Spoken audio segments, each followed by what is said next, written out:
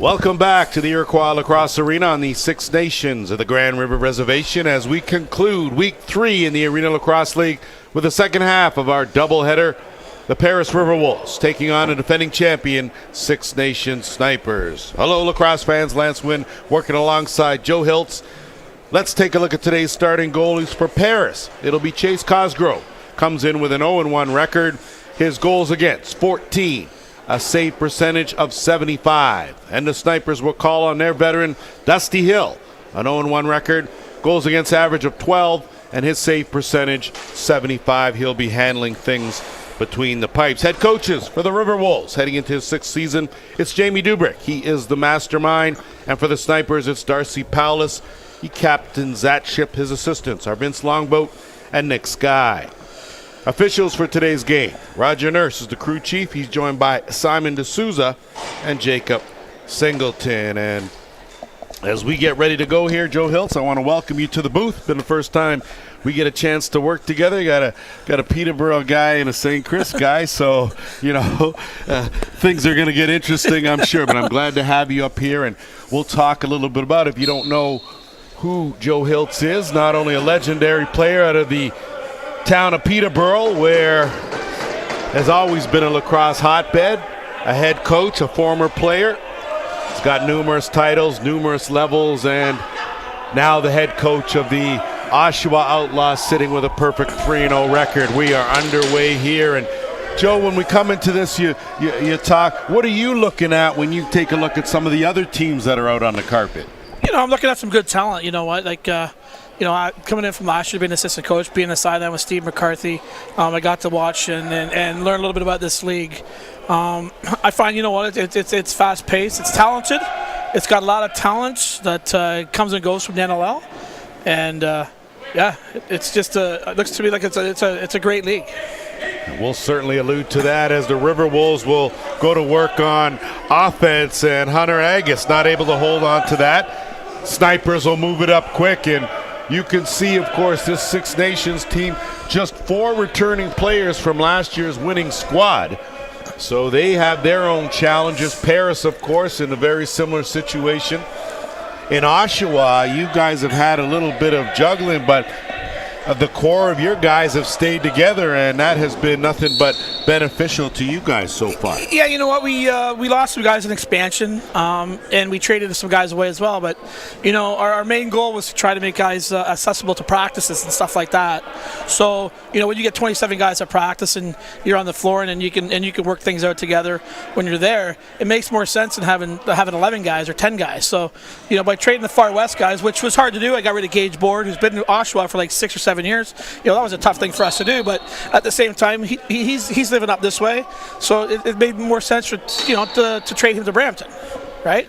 And I think sometimes that's what we have to do geographically. We have to accommodate these young men just to make the transition, not only to play but to get there and to live life, right? Yeah, like we all have jobs, right? Like everybody has a job here, and if if you have to travel all the time and you get a new family, whatever like that, that's what I did. I made it accessible for those guys that I let go, and I traded to benefit my team as well, right?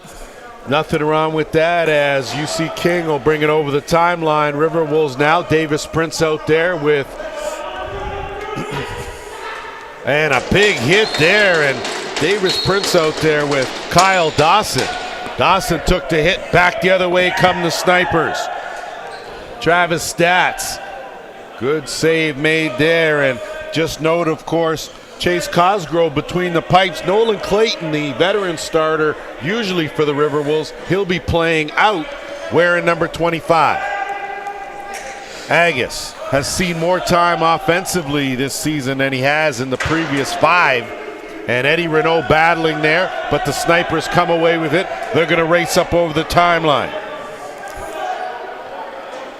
Andrew Radenberg doing a good job. Vern Hill out, he'll retreat, playing more on the defensive end.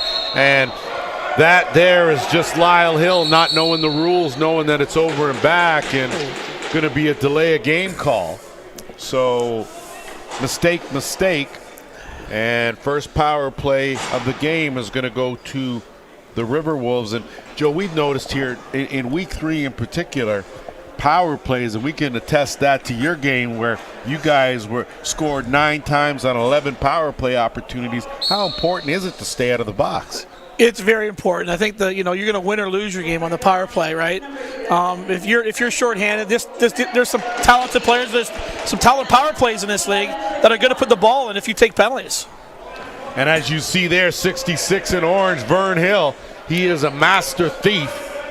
Intercepting that pass, working some clock, just under a minute and a half in the Paris power play, as Davis Prince will quarterback this set, working out there with Alex Q. And Kyle Dawson on that left side. Got to hurry. Shot clock winding down. Overhand wide of the mark. Picked up. No reset on the play. Q's got to drop it. And the Snipers now look to get it over the timeline and move it up. Mike McLaughlin. He'll flip. And they will easily get it over the timeline and work it around.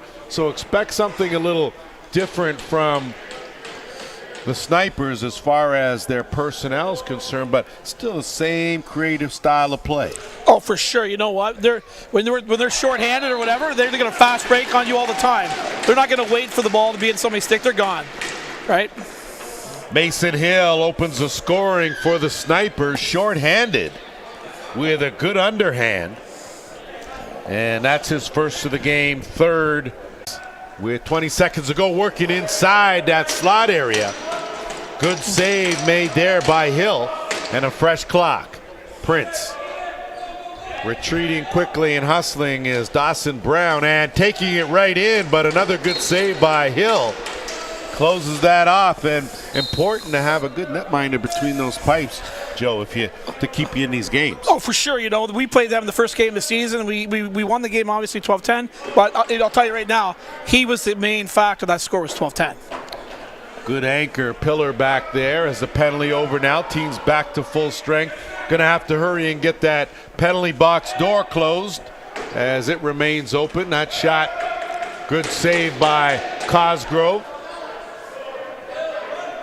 And now the Riverwolves. Jamie McMahon will move it up to Agus. Agus now in transition. Good passing, Paris. Big save, Dusty Hill. So outstanding transition offense by the Riverwolves. Goes for naught as Dusty Hill sticks out the right arm and closes that door. Working on that right side, and in some trouble there is Nick Negro. Q looking to bounce off a check sidearm. So another tricky one. Alex Q picking up his first, and I think maybe a situation where maybe Dusty Hill wasn't expecting that. Well, yeah, not expecting because he's getting pushed down the lane. The defender has to step up and take top side. Yeah, if you're watching, he takes a pass, he rolls into it, he goes like he's going underneath, and the defender goes with him rather than stay on top side, allows him to roll over top with that underhand, which is like top of the dot line, not a bad shot. So a good job of utilizing and creating their own space for his shot was Q. Good hustle down there at the other end by Dante Romano. But again, it's the Riverwolves that come away, and it's Van Scheppen. He'll put on the brakes, don't have the numbers, they'll set things up. We're tied 1-1 here. That shot, good save by Hill, and there goes Vern Hill on the other way. 66 in alone. Vern Hill, top corner. Oh, Vern Hill doing what he does. First of the game, third of the season, and it's a 2-1 lead. Like I said, when they're shorthanded, he's their key guy at the top of the power play, takes off. Anytime he's on the floor, you got to be aware at the top of the floor and have a guy covering, right? If he gets a break on you, you're not going to catch him. And, 8 out of 10 times, he's going to score, right? Now, coaching-wise, how do you combat a team that is their specialists at the transition game? Well, you got to be patient with the ball. You can't all be attacking the net at the same time. So if the lefties are going to the goal, right, at least one lefty or the righty's got to be covering the top, right, and the other way around. So it's not about everybody going to the goal. Not all 5 guys can score at the same time, right? So that's about taking turns. Gotcha. Give and go, almost tucked in that far side by Ross Hill. Reset, fresh clock now for the Snipers. Good overhand, and Cosgrove kicked that out. Agus is going to outrace everyone. Hunter Agus goes to the top corner, Agus. So you talk about the answer. And the Riverwolves provided that courtesy Hunter Agus with his first of the game. We're tied 2-2. Just another one of those situations, right, where nobody's covering the top, everybody's going to the goal, and Angus realizes that there's a break going, and he just runs them to the ball. When he gets the ball, he's on his way, and he, again, just a nice easy shot. Nothing fancy, just puts it in net.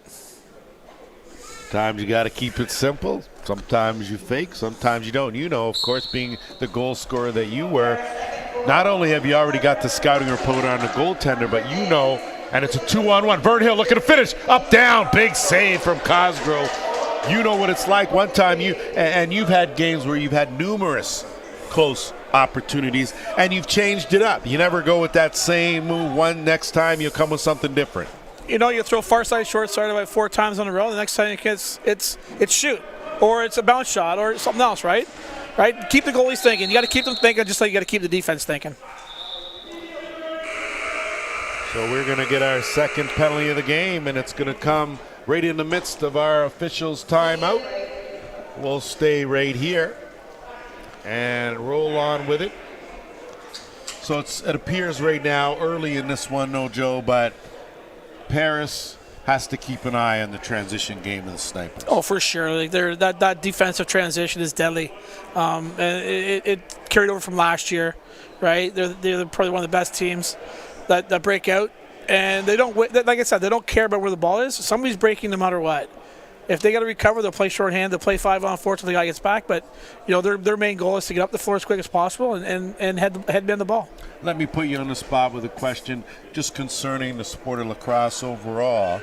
You've been involved in the game, got to be, at least close to 50 years anyway. I know how old you are, so we'll say you started pretty early, but you got to be creeping in on that century mark, on that half-century mark as far as lacrosse experience goes. And what have you found, say, over the course of the last 5 to 10 years to be the biggest change in the sport, regardless the level? Speed, athleticism, strength. Back when we played, it was like, you slow the ball down, you get it up, you work the 30-second clock. Now it seems there's more transition. Push the ball, right? If you don't have that odd man situation, you pull it out, you work it around, right? You work the ball side to side and try to get the best shot possible. Back in the day, we set it up, we run a front door, back door, whatever. But what are your thoughts on the change? Because when we used to play, you were up, down, off. So you played both ends of the floor. Now a little more specialized, where you can have guys that just play in the offensive end, guys just in the defense. Yeah, what are your thoughts on that? My thoughts on that are when I was coaching Pee Wee in Peterborough, my young lad was about 14, about 15 years ago. We went the 3-2 system, 3 at the front, 2 at the back, right? And then we transitioned up and kept guys on. So this has been going on. That's been going on for about 15 years, if not, So it's not a change, but I think we're seeing that plus, like I said, the athleticism, the strength of guys, the speed of guys is more now than it has been ever. How about Kyle Dawson? Now that's an individual effort right there. And persistence paid off. Got stopped the first 2 times. Dusty Hill stood tall, wasn't able to make the third save. Not to be expected. Where's the D? Needs some help. Well, yeah, exactly. Where is the D, right? One chance. Where's the D still? Nobody coming. He steps back out front again. Another opportunity. This time he buries the ball. Well, and Kyle Dawson certainly not the guy you want to give that opportunity to. First goal of the game, 4th of the season. And off the draw.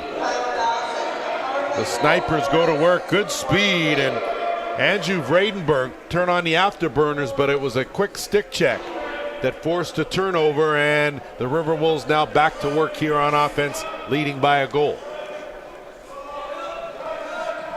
They'll work that half boards. Big man Andy Campbell will swing it back around to the top, looking down low for Rybka. Can't connect, but does a good job to track it down. Time winding down, loses it, and it belongs to the Orange. pulling up and setting things up. McGregor Allen, he'll retreat. And big Brett Longboat will come out and generate some offense here for the Snipers. Coming out late to tee that one up. That bounce shot well wide of the mark by Chayton King. And that will go into the Snipers bench. And Paris will play it as they lie.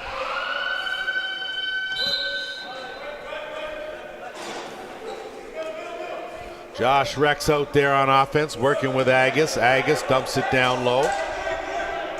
Trying to get out and turn that corner. Instead, it's Eddie Renault. Renault with the fake. He'll try to bounce off one. Finds Dawson. Dawson swinging around. Skip pass. Good hands by Renault. Renault on the run. Dusty Hill.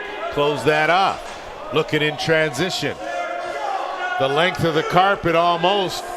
One-on-one. Good transition defense, though, by Van Scheppen, who had his hands full out there with Malcolm Ford. They'll defensively head off and give the offense another chance here. Davis Prince.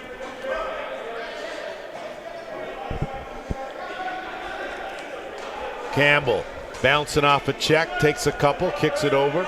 Prince now isolated one-on-one, looking for Van Scheppen, who was not open. Good job to track down that rebound. Ribka dancing around, he's slick, trying to find an opening, but just touched that white crease area, and it'll be going up the other way. You know, I got to say, that was a smart pass in the corner. Like, you stand there, defense isn't ready for it. He slips it by his ear, he catches it, it's a good chance. But it's got to be in his stick.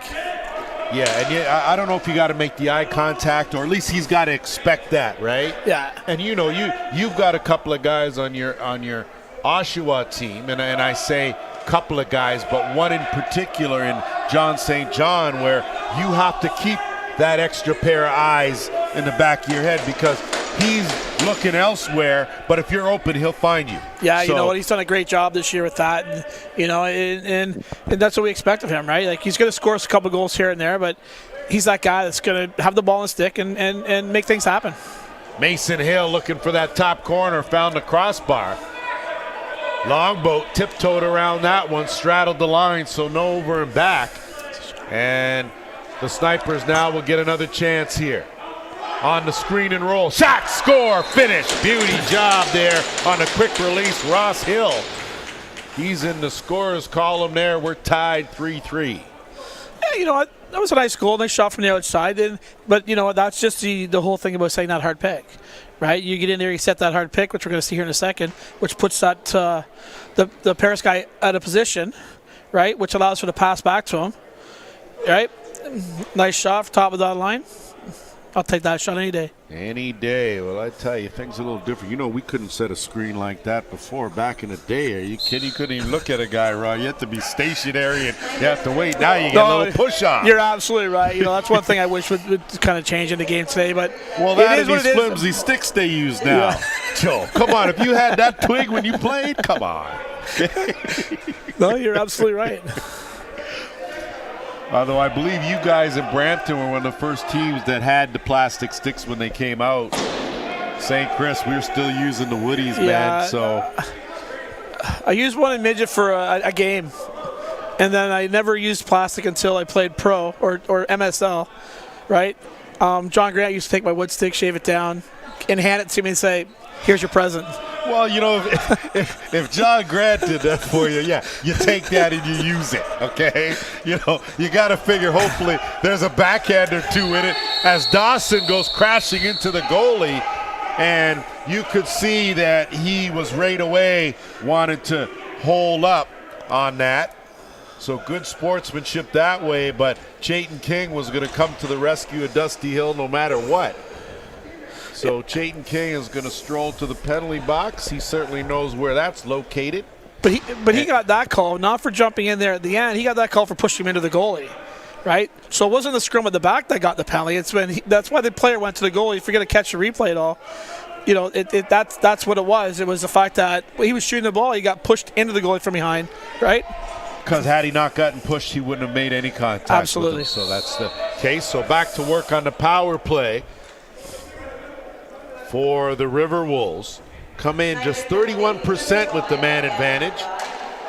And they're working out there with Marley Angus down low, sniffing it.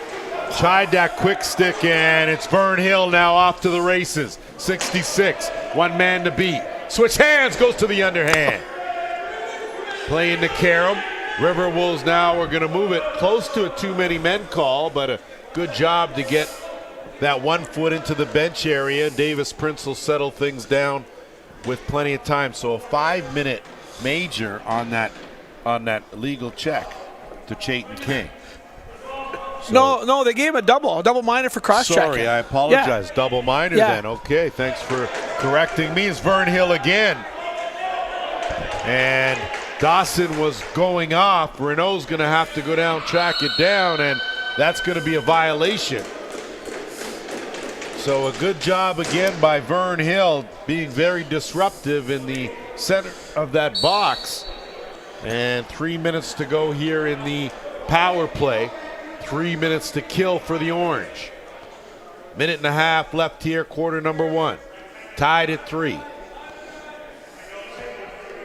And they'll just be content here to work some clock.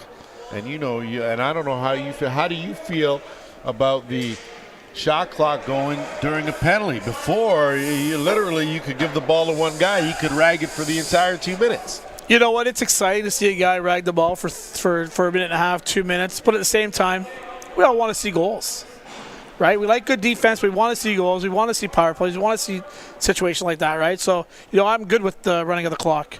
Okay. It forces you to go to the net. It's more exciting for the man down team as well. Right.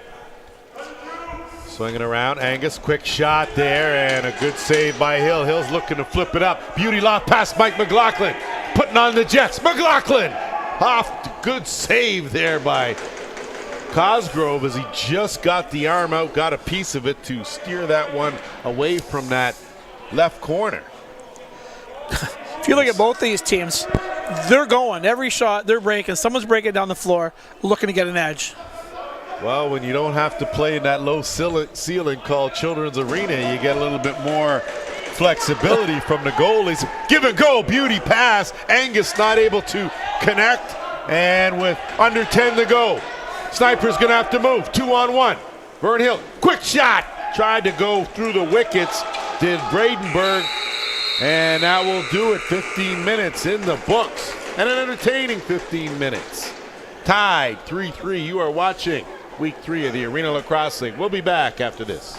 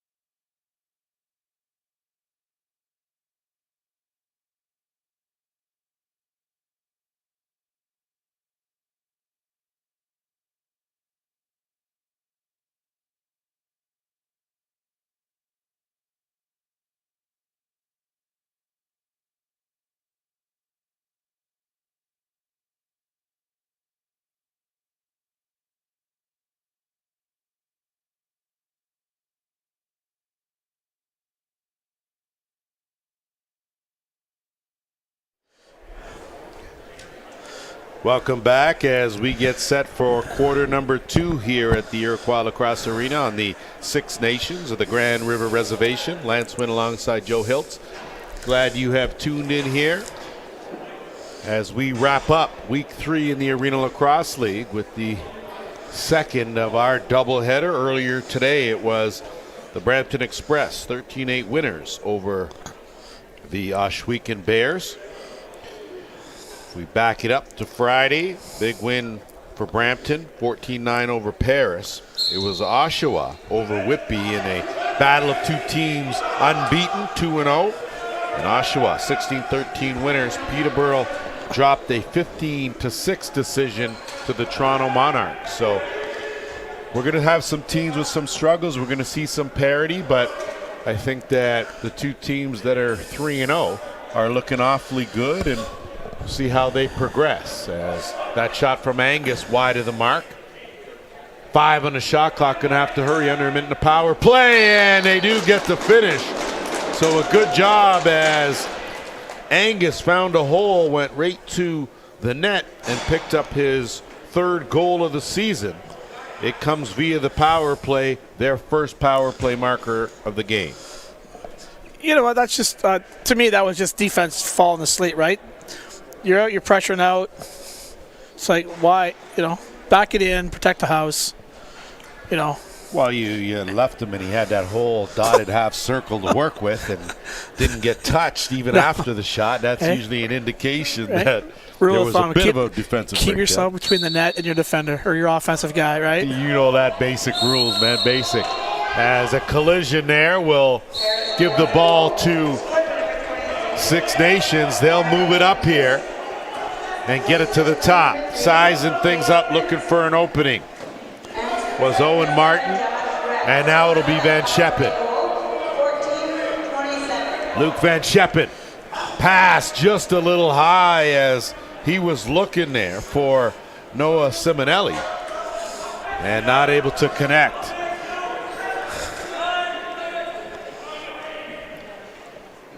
Snipers now starting on that right side. They'll get it back to the top, and it's King.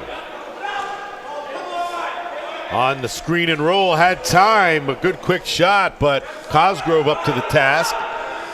Reset, and a fresh clock. I think I may have said Chayton King was the recipient of that penalty. I might be wrong, as Vern Hill pops out defensively for the Orange.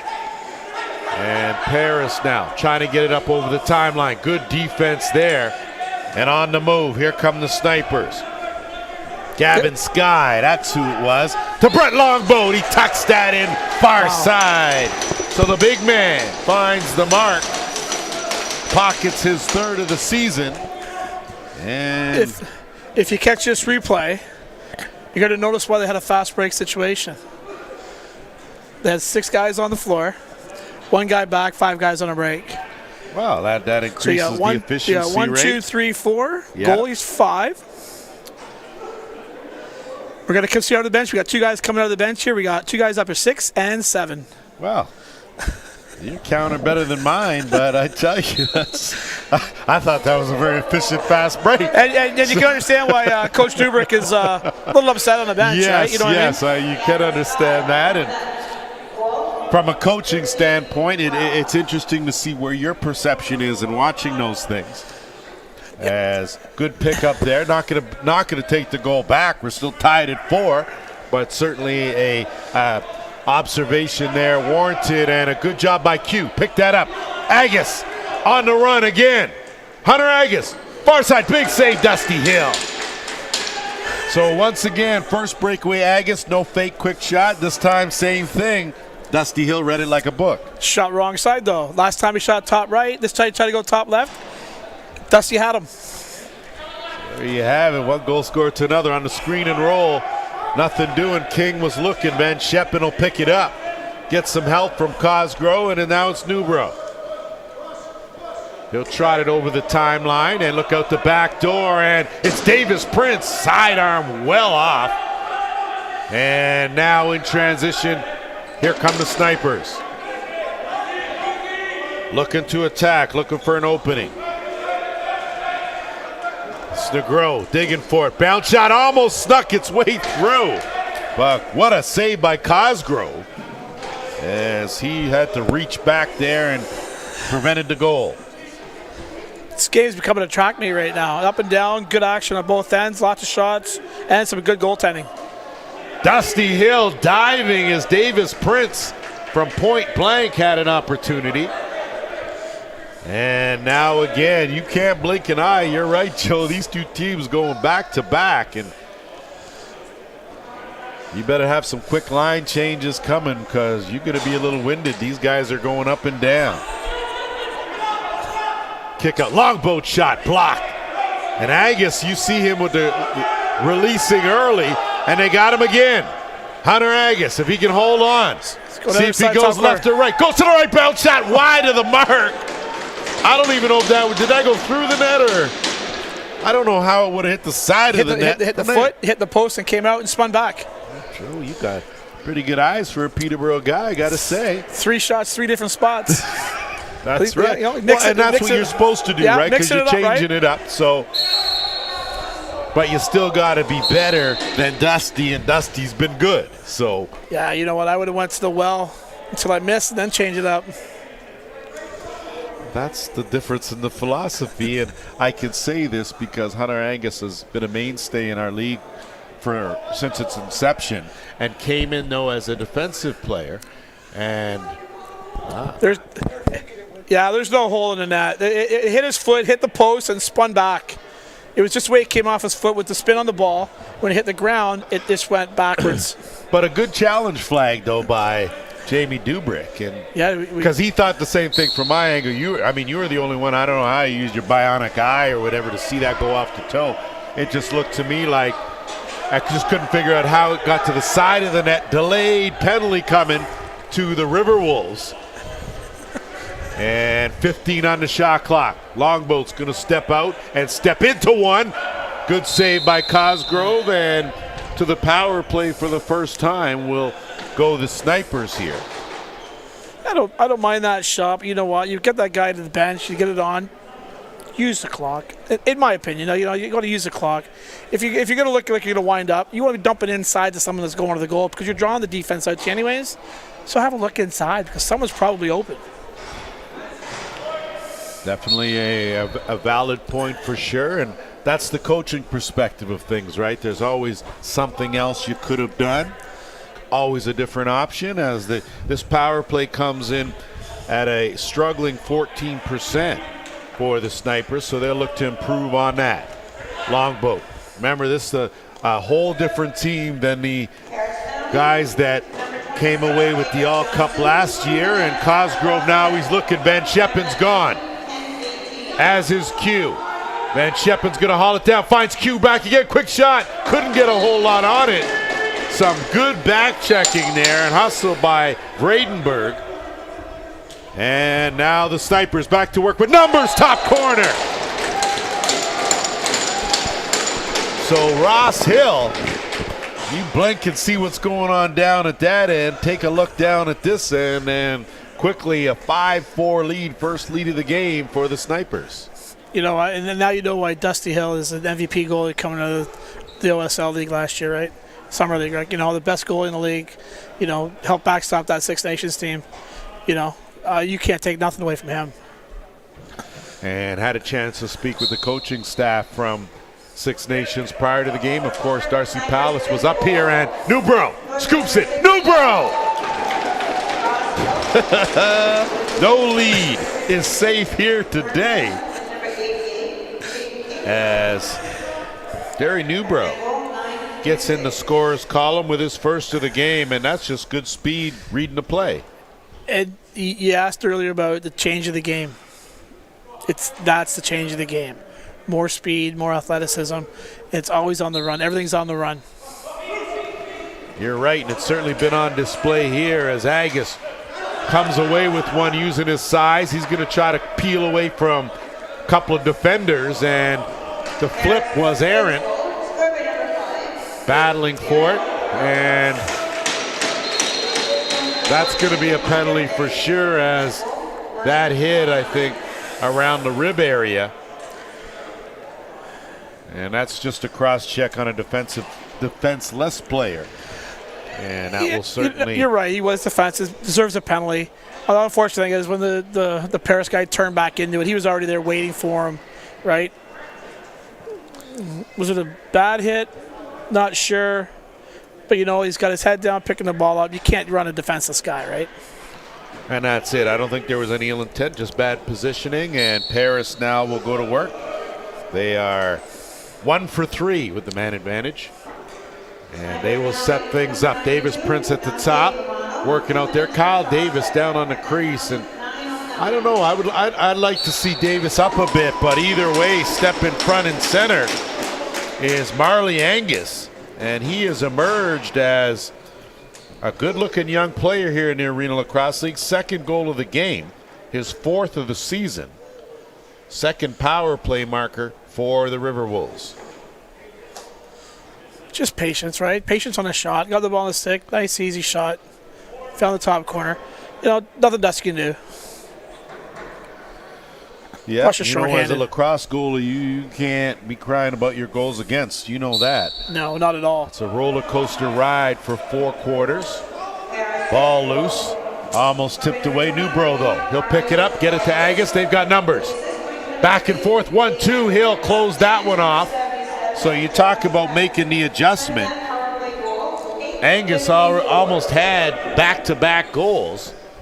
And now the Snipers will bring it up over the timeline, set things up.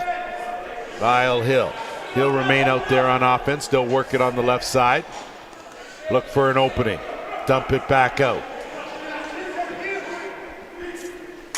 Big overhand, but right on the mark. Cosgrove where he should be and made that look easy. Q will snap that outlet pass, and it wasn't a good one. So Jacob Johnson not able to haul it down, trying to get bailed out. And Snipers now are going to come away with it, try to move it up in a hurry. Travis Stats puts on the brakes. They'll start it on the right side and look to Longboat back over on the left. He'll keep it. They'll work the 2-man game. Look for an opening. Got a step. Drive into the net. Pulling it back out. Good save by Cosgrove. Not even sure where that was, but I'm sure he felt it. Just couldn't find it. You knew it was somewhere, but you make that sudden move, and next thing you know, the ball's in the back of the net because you're not sure where it is. Jamie McMahon took a bit of a slash there, no call. Dawson's going to set it up, and Kyle Dawson, one of the best offensive players for Paris, as you see him on the roll, but you find that he's being a little buried down on that left crease spot. Would you like to see him maybe a little more active or a little more involved? Yeah, you know what, for sure. You know what, he's got to find the ball, right? Like, he can't sit and hide and expect it to come to you. You got to go get it, right? And we talked about with us, it's hey, get the ball deep, get it out of the corner, swing it, get it deep, right? That way it's always moving in and out, and defense has to switch side to side and try to figure out the goalie's moving. Defense is always shifting, so that we do set those backdoor picks and those off-ball picks. Things become a little easier to get open in the middle.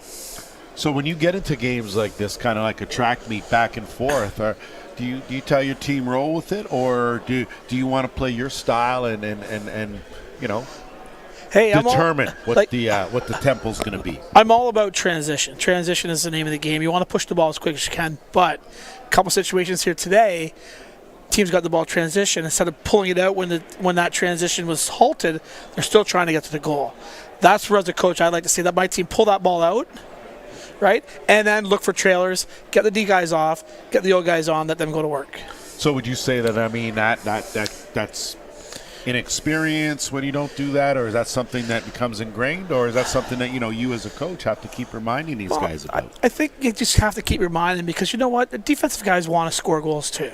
They want to put the ball in the net. It's not always about the old guy getting the goal, right?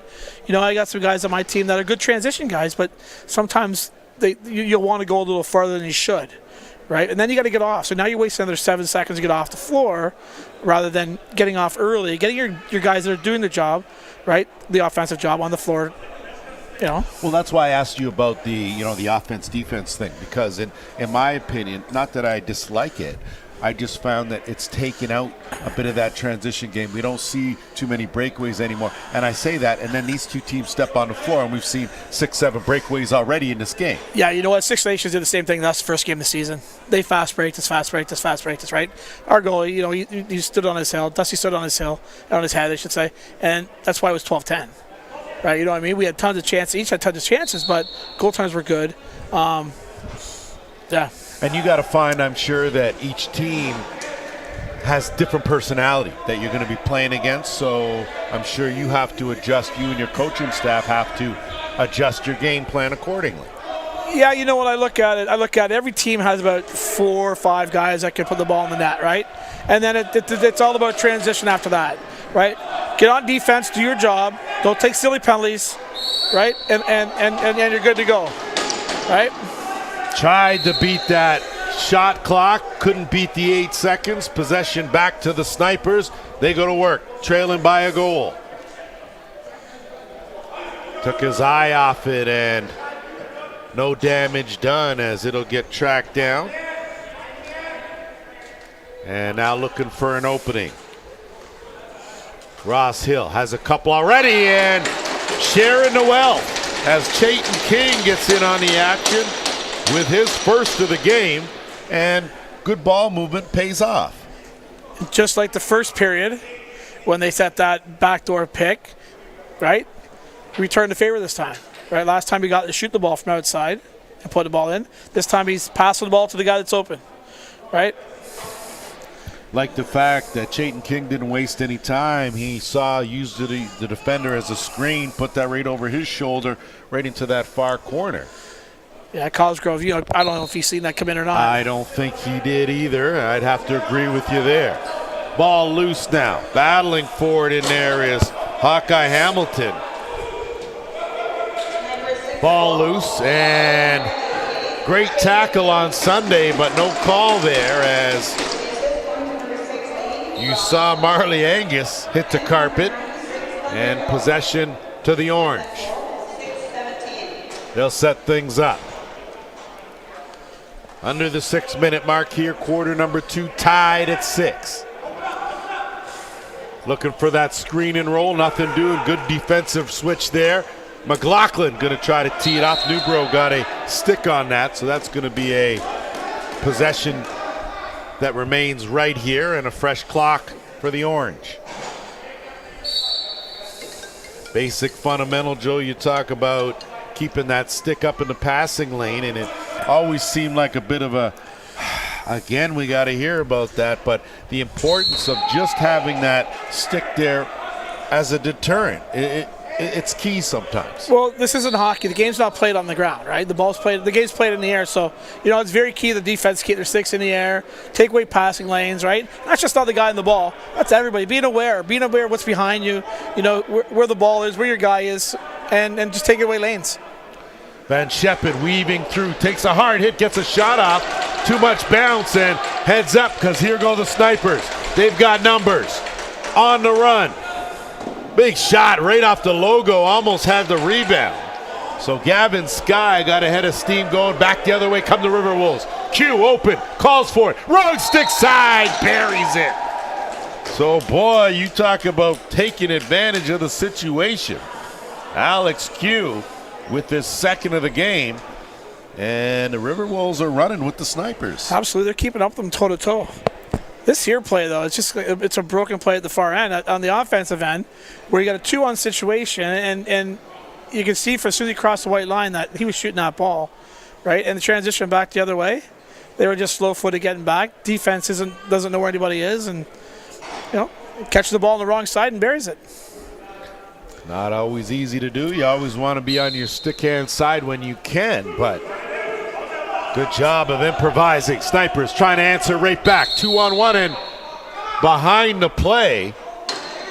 And discipline an issue, as you heard Darcy Palace on the Snipers bench. Not impressed, but it looks like they're going to be coincidentals. Should be Snipers' ball for sure, though. So Hawkeye Hamilton's going to go. Hunter Agus is going for the Riverwolves. So it looks like teams will go 4-on-4 here, and possession to the Snipers. You look at that, you don't want to break. You don't want the referee to blow the whistle, but at the same time, if you don't score, then you're wondering why he didn't blow the whistle. So you know what? It's going to go one way or the other on that one. Well, you got to tell me which one you're going to yell about, Coach. Good speed, creating some space, and tried to go underneath and did. Ho ho!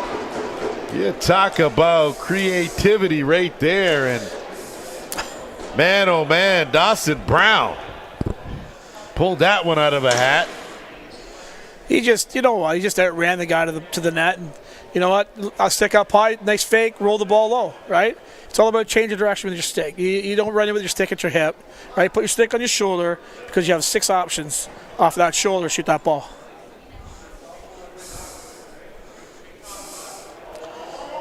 Oh, and his first goal of the season. Comes at a good time. Absolutely. For sure. And 8-6 the score here. And we're at the 4.5-minute mark. Off the draw. Q does a good job to get it back. Paris will get possession and move it up over the timeline. Almost. Q fanned on that pass, and it's Mike McLaughlin now. Snipers always looking to attack. McLaughlin will pull it out. They'll wait and get their offensive unit out there. Vern Hill. McLaughlin peels back out.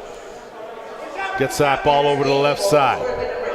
Looking for the flip, but unsuccessful was Owen Martin. And it's touched. Gonna have to hurry. 2 seconds on the shot clock, and no goal as Vern Hill. Sorry, they got the quick shot off, but time had already elapsed. Thunderhill with the shot. And Paris now looking out of the bench, and unfortunately we saw that knee buckle right there, and no one touched him. But down in a heap is Davis Prince, and that's just one of those things where he was stretching out for the ball, and it was just a little bit in front of him, reaching for it. You know what? Came down awkward on his leg, and yeah, there wasn't a defender around him, or no one pushed him or anything like that. Just hoping. We've had a few injuries in the Arena Lacrosse League on week 3. And of course, we hope that Davis Prince, who has been a mainstay in this league, as you take a look, and a bit behind the play, it was just one of those things, like you said, Joe, where he reached and extended and may have extended too far on the landing. Yeah, just one of those things where, you know what, and guys are going for it, right? They're competing here. They're going hard. It's not like they're laying back, taking it. You know, he wants that ball. He wants that ball on the stick. Right, when he has that ball on his stick, he's a threat. Well, you tell me, and while this is going on, of course, good to see him getting helped up, but that's the key. Can't put any pressure on it. I think the last thing that head coach Jamie Dubrick needs now is one of his stronger players going down with an injury. Yeah, no doubt. And I mean, that's part of the challenges really in sports overall, Joe. We can never kind of predict that sort of thing, but you just have to kind of roll with the punches. And yeah, you never know when it's going to happen, that's for sure. You know, it happened to me. Played in Montreal, you know what? Tore the ACL, you know what? Things change. You go from playing to coaching. Well, you know, that's the evolution, though, of the game, and from the coaching to the broadcast booth. So not bad, not bad. You're rolling along the way you should. We can certainly say that. Hey, it's just going in the right direction. There you are, buddy. As long as I don't got to go back on the floor, we're good. Listen, sometimes you just got to hang her up and call it a day, bud. That's all. Yeah. All right?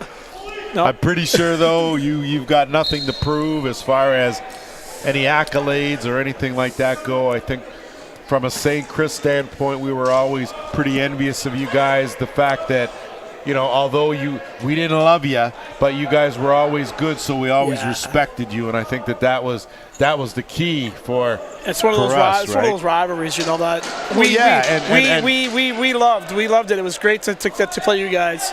And we only got to play you guys in tournaments. We never, because you guys, the geographical distance, so we never saw you in league play. We'd have to deal with Brampton that way and them being strong. But delayed penalty coming here to the Snipers. Lots of time on the shot clock. Good shot. Dusty Hill right there. Ball loose, picked up. Riverwolves again, teeing up. Looking down low. Eddie Renault can't get it cleanly. Take it to the boards. He'll bounce off a check. Shovel it back. Angus swinging around. Right side. Good fake and beauty finish from Eric Lemaire. You got to be happy with the patience there. Absolutely. You know what? The patience all around from the start of the penalty to the goal being scored. You know what? They got their opportunities. They got the ball back. They took their time. They didn't force it right away. They moved the ball around again. They got it back again, right? And they swung it through, and it was just like a nice, hard, fake shot coming across here. If you watch, he catches the ball. He steps something. He's going to rip it. Oh, steps around him. You know, and... Good job. Effective fake, though. Absolutely. And I thought 100%. that was, and I'd have to give credit to Eddie Renault as he tracked down that loose ball, bounced off a check, got it back out, sent over, resulted in a goal. Yeah. So a couple unanswered by the Riverwolves. They're looking again as Agus on the run again. He's been a transition demon here early on, and he's going to try to elude a defender here and get off. Looking for Dawson, not able to get it. Dawson battles for it, loses it. Double team, no one there. Tried to swim his way out, and out come the Snipers. 9-6. The score as Paris has taken their largest lead of this game. Snipers now looking to answer. We are under 2 minutes here in this quarter number 2. McLaughlin lets the sidearm go. So the veteran Mike McLaughlin, he is the team leader, picks up his first of the game, and more importantly, 2-goal cushion. Yeah, you know what? That was a big goal that heading into halftime here, right? Instead of being down 3, you're down 2 now. And this is, again, just patience with the ball. They're moving the ball around. You know what? He pushed it down. He just found himself in the slot, hanging in, catch the defense cheating, right? He's right in the right spot, steps in. You know, again, good shot. You know what? The bigger net, it's tough. You expect your goalie to get them all, but he's not going to. Yeah, and to me, distance doesn't matter. A good shot is a good quality shot. And, there are goalies. I don't care how good you are. Absolutely. No goalie has an 1,000% goals against average, and there's a reason for that. And that's the nature of the sport. Snipers looking to add one more. Vern Hill, Dipsy Doodle, got some room. Got Van Scheppen on him, but too much on the screen by Thunder Hill. And possession now to Paris, but Vern Hill on the theft. He'll wait and get it back. Quick shot, wide of the mark, and probably should have given it back. Gavin Sky, either way, that underhand was a weak one. Sky battles for it. He'll come up with the loose ball and a chance to reset for the Snipers. 10 on the shot clock. Got to do something. Got to take it to that net. And they do. So Nick Negro picks up his first. And, man, I want to tell you, 2 goals. And, well, I don't have to tell you that. This is lacrosse. I mean, 2 goals in 10 seconds. As quick as you have it, it's gone, right? That's right. And that's why it's important, to maintain steady D. If you they worked hard. They had their offense. But it happened before this here where Hill's in front of the guy, and the guy tries to throw it through him instead of getting on the run and moving, because if he hits him, you're going to have a penalty. But if he throws it through him, he knocks it down, they get the ball back, and this is what happens. So it's funny how one thing always leads to another to another. Absolutely. And that's part of the process with time winding down now in the half, 45 seconds. Ball loose, delayed penalty coming, and looks like it's going to go to the Snipers. And let's check here as crew chief Roger Nurse has made the call. And it looks like Agus is going to get saddled with the penalty. So I think we're going 1 each here. Yeah. And that is the case. So. Yeah. Slash on the other side. And we're going to redraw on this and still have position at the time of the slashes. So coincidentals, and you could see Andrew Vredenberg obviously didn't like the hit he got from Agus and retaliated, and hence they'll both be going. And like you said, Joe, we'll go with the redraw with 40 seconds to go here, quarter number 2. Off the draw. Snipers have it. Going to work. Quick shot, and guess who again? Double eights. Chayton King, second of the game. Never think you're settled. Ever. Never think you're safe. Right? Because you're not. And you look at this game here right now, and this is a game of opportunities and quick chances, right? From end to end, up and down. And you know what? Just said 3-goal largest lead of the game, 3 goals for the Riverwolves. And Wow. that the Snipers have some work to do. We just blinked an eye. 20 seconds later, we're tied at 9 with 33.3 to go here in this quarter. Off the draw. Good job to bounce off, but Dougie Palace got the timeout call. So a chance here for the Snipers with possession, final possession, to take advantage. And now you're gonna have to put on your coaching cap, although you've had that on since you got here. But what are you calling and what are you designing? Well, I'm pulling my goalie. Okay. I'm going 6-on-5. Okay. But you got to be weary because there's 1 second left after the 30 runs out. So if you shoot too early, it doesn't take much time to get the ball to the other end in the empty net. So when are you, at what point at the clock are you telling your guys to go and attack? Well, what I'm thinking right now is we're gonna go ball down left side, bench side, and then react off passes and stuff like that, so that as we're passing through, a guy can get back and help cover. You're not going to send the goalie back. So what? Are you leaving 10 seconds for that? You're leaving maybe. 5. And I mean, you Right got to now, be careful because, probably like I said, it 7. only takes 2 to get it back in that empty Probably net. about 7. Okay, so about 7. Seconds, That's when you're about going. 7 seconds. You know, sometimes if you're not pulling your goalie, I'm going right away because I want the ball back. I want another opportunity. Right. But if they do pull their goalie, which I think they're probably going to, right? You know, you're going to look for about 7 seconds in this situation, and with it.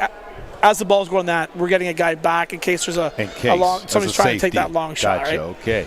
So, well, you heard it. There's an experienced lacrosse coach giving it to you straight. And we'll see here what the call is from Darcy Palace and company. I think the ball's going to come from left to right.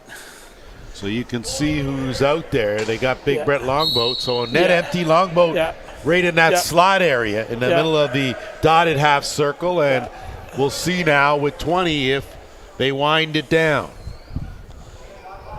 15. Lyle Hill at the top. 10. Looking to go bench now. Side, and they're going to swing through and try to get a guy to pop at the top. And that is the case, and that shot wide of the mark. So a good call on your part, Coach. And that's going to do it and wrap up the first half. And it's been a good first half. We're tied 9-9. We'll be back to the the Iroquois Lacrosse Arena for third quarter action after this break.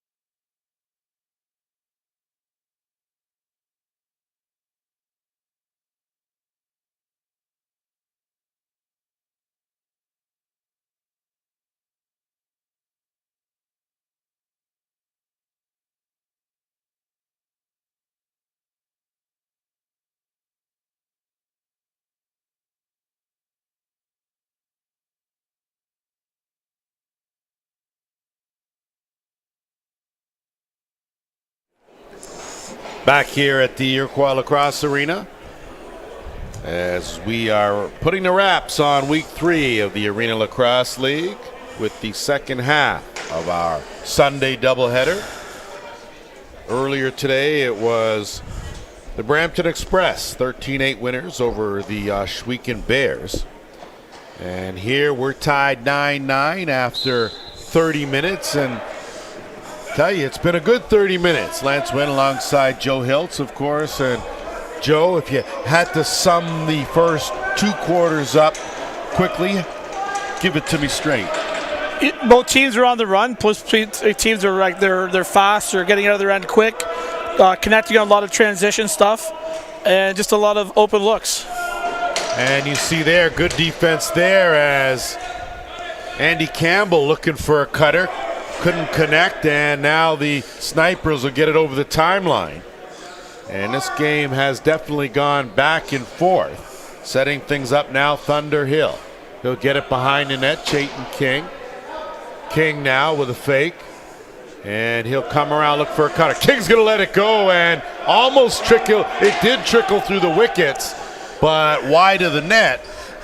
And no one there to scoop that off the carpet. And you know I'm going to bring it back up again because we're both from the old school in the back of the day where you couldn't even go near that crease. No, you couldn't break the plane. You could nothing, let alone scoop it up off that crease floor and play it. Yeah, for sure. You know, the unfortunate thing here is you can knock it in, but unless you pick it up first, you can't score. So that's right. You know, there's picking it up, which is good, but it's tough. Well, I mean, how many more goals would you have if you were able to do that? Maybe a couple 3. at least, right? 3? Just 3. That's it. Total over the career. 3. Yeah, exactly. Rebound picked up. Riverwolves now are going to counter the other way. It's Malcolm Ford. And wrong stick side. He'll attack. They got numbers. Bounce shot off the post and out. So good decision by Malcolm Ford to continue with that rush. And now Paris will have a full 30 to work with. Noah Simonelli out there working with Hughes. Quick shot, and the big man picks up his 3rd of the game. And again, using the D as a screen. I don't even think Dusty Hill saw that. I think he might have saw it, but I think he was set. And, when your feet are on this carpet, sometimes it's hard to get that foot to the left, right? So that was a nice shot. I honestly believe he sat there. This is just a really nice shot that finds that far post. On that break they had earlier, if Alex goes to the wrong side, and if he goes to the right side, it creates a good opportunity for 3-on-1. But, the fortunate thing is they got the ball back, and he scored. So it seemed to work out okay if you're on the side of Paris. Orange now will work in the offensive end and have a chance to answer here. These two teams have been going back and forth head to head. No look pass inside, and I won't say ill-advised, definitely covered, but it could have been a good one. Chayton King bounces off a check, goes up top. Chayton King. Boy, he's come a long way from last season alone where he was mostly a defensive specialist. This time around, showing some athleticism and going airborne. Yeah, just a breakdown on the defense, right? The ball's in the corner. He rolls out of the corner, and nobody's supporting the ball, right? So there's nobody supporting the ball, which allows him to have free lane to the goal. And, Cosgrove did have a chance on that. He jumps out the crease and goes far side. Well, it's the fastest game on 2 feet, a great spectator sport, but when you're on the carpet, you're not supposed to be doing that. Absolutely and you not. saw a whole lot of looking going on, and none of it was at the play. So defensively, Paris will have to address that. Either way, we're tied 10-10. 3rd of the game for King, and the Snipers now looking for more. Longboat spins off one, quick shot, stopped by Cosgrove. He'll pop up and get the outlet out, and now it's Agus. Doesn't have the numbers with plenty of D back for the Orange. And now they'll set things up, move it to Kyle Dawson on that left side. Dawson's been quiet, and he's one of their big guns, and he'll draw a penalty there. picked off, but Snipers will be short again. Best power play opportunity of the game for the Riverwolves, and they've already pocketed 2 goals. That's just a silly penalty. Ball's already gone, and he's laying the guy out 2-3 seconds after that ball's out. That's a definite penalty. It's a good call. Now, do you, as a coach, you got a young player, and he's obviously made a couple of wrong decisions. Now, is your motto to go at him hard and teach him that hard lesson, or do you pull him aside after and say, hey, and give him that quiet slap, so to speak? As a coach, you know what?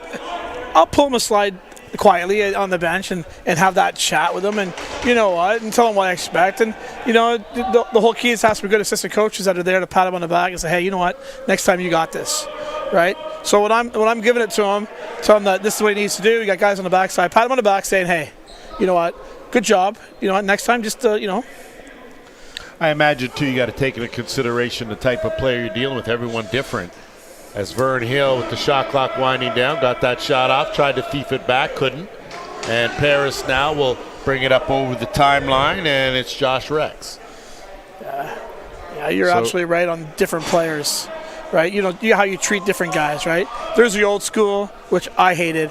When I got yelled at and screamed at, I didn't perform well. Right. Well, some guys respond to that. Some guys a good hard kick in the rear, and they're all extra motivated, and they can play their best. Other guys will just shut right down because, they already feel insulted, and they're like, dude, don't single me out in front of the whole team. Yeah. Okay? I'm trying to work together, and it's like you're picking on me kind of thing. Absolutely. And so I think different things you learn as a coach you take from your playing days over to your coaching, and you know what? You kind of get an idea of how you'd like to be treated. Right, and how you don't want to be. Right. You have to correct the problem, obviously, quietly, and then you address the problem in the dressing room to everybody about how we can not let that happen again, or what we can do to support that. Good defensive hold by the Snipers. They've got numbers here on the break. Quick shot, 5-hole. So changing it up, McGregor Allen went with the quick release, found it through the wickets. And a short-handed marker is timely for the Snipers. And again, we talked about transition, right? Right off the penalty, ball's moving up. They're changing. They're going on a break, catching them off guard, right? Even though they're short-handed, they got that break. He's got that step on the outside. Nice shot between the legs. So some good accuracy there, and Snipers with a 1-goal lead. That's their largest lead of this game. And Paris now over and back after holding the possession. And I know Jamie Dubrick's arguing, but I think he went over and then back again and then over. No, and that absolutely. was what the issue was. That was a great call by the official on the line. Yeah, so that's a whole lot of over and over and over coming back. So good call. Teeing that up from way out. And trying it one more time was Lyle Hill. Gets bailed out by his teammates as they're just going to pepper shots at Cosgrove. Trying to reset the clock. They do. Cosgrove, though, smothers it. And he'll send away the Riverwolves. Third quarter action. Lance Witt alongside Joe Hiltz as we bring week 3 of the Arena Lacrosse League to a close. But we got a good one here. Going to have a good finish as Dawson looking for the dump. Eddie Renault looking for the dump to Dawson. Nothing doing there. Renault battles. Dawson has it momentarily. Takes a hit, and Renault, luckily to get away with that illegal cross-check, instead possession. And here come the Snipers. Owen Martin out there on that left side. They'll work it to the right. Looking for the screen and roll. Good backhand pass off the crossbar. So a good job on that screen and roll. Just not able to beat the iron. Everybody needs a friend. You got that right. Most certainly. Don't be afraid to call on them either. Fresh clock here for the Orange. And going to the bounce shot. I don't know if Clayton King has got the Midas touch or what he's got going on here today, but that's his 4th of the game. If you watch this year, you watch Hunter Angus. He's stuck in behind. He can't get it on his guy. He's stuck, right? And by the time the switch is made, it's way too late, right? The shot's already been taken. You know, from a distance, but a good shot, right?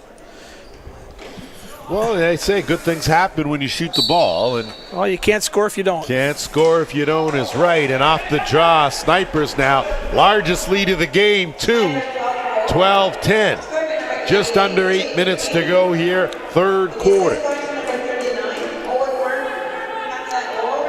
They'll swing it around. Get it back to the right, looking for an opening. Nothing doing there. Bouncing his way back out was Radenberg. McLaughlin sends it back to the top, looking for an angle. Steered aside by Cosgrove. Rebound, scooped up by the Orange. Get a fresh clock to work with. Had it, still has it.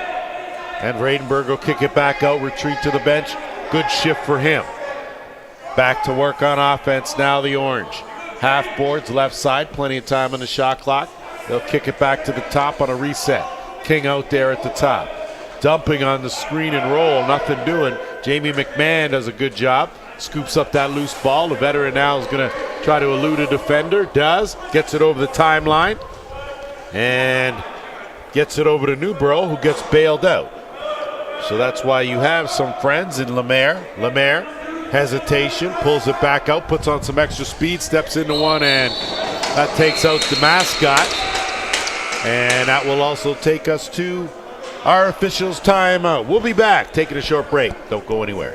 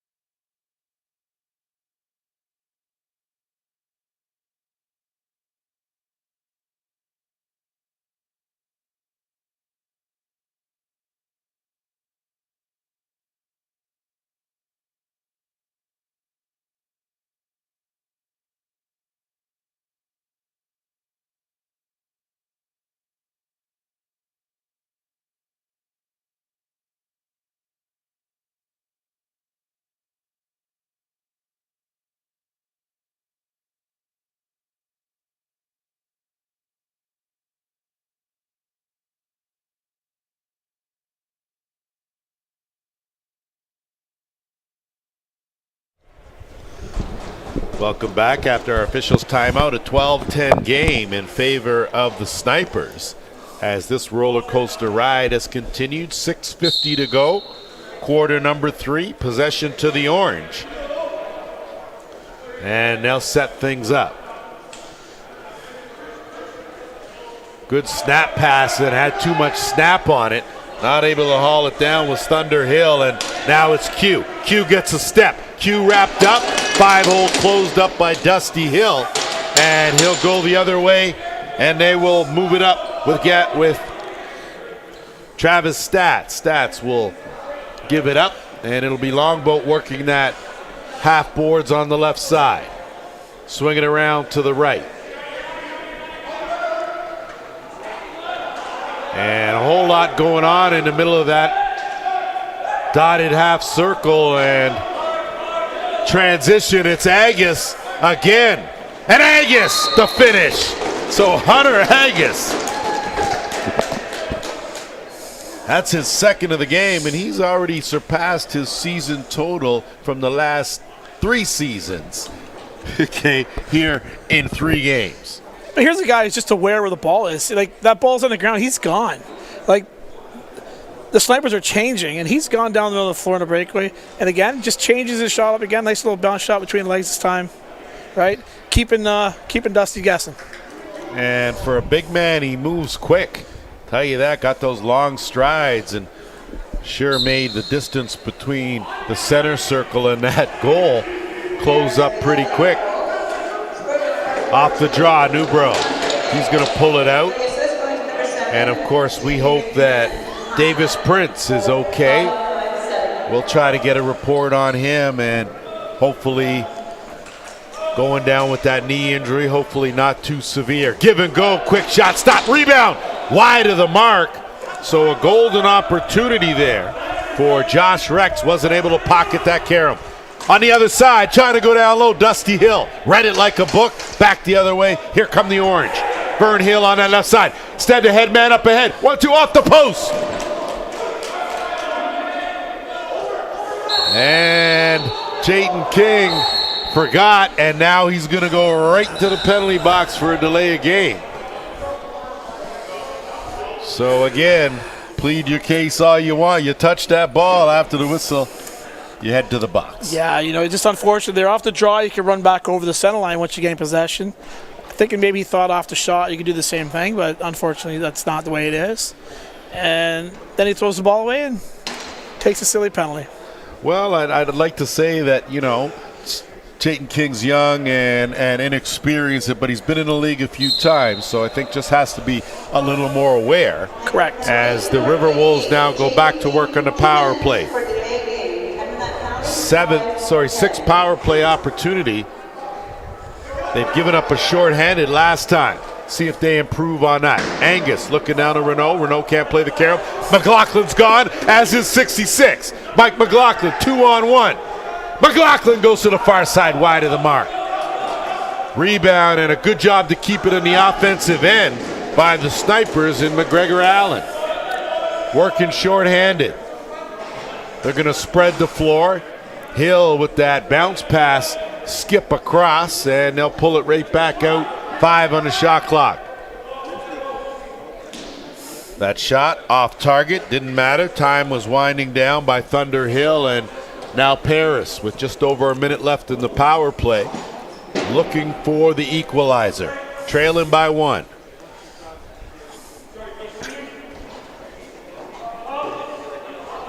Angus out there at the top, working with Dawson. Dawson, no look, and beauty, quick stick finish there from a tough angle. Eric Lemaire has come alive here with his second of the game. If a ball had eyes. That one did. At least 2 pairs. They were open. Because this is just one of those things where comes nice pass. Quick pass. Here, pass. Pass across the top, right to this guy in the corner side there, and just nice, quick. Probably had the width of a ball space, if that. I don't even think he had that. I think it hit Dusty and caromed into the net, right? Have to agree with you there, as we're all tied 12-12. Hunter Angus, he'll flip it back to Newbro, race for it. Newbro wins that race, and he'll move it up on that left side. Good job by Gavin Skye.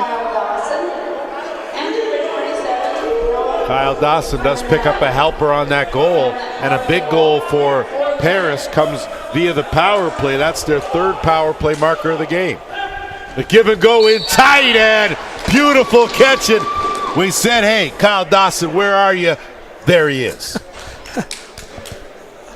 That was just a nice down pick. If we're going to catch here in the replay, it's just a nice down pick on the ball. Right? Rolls inside.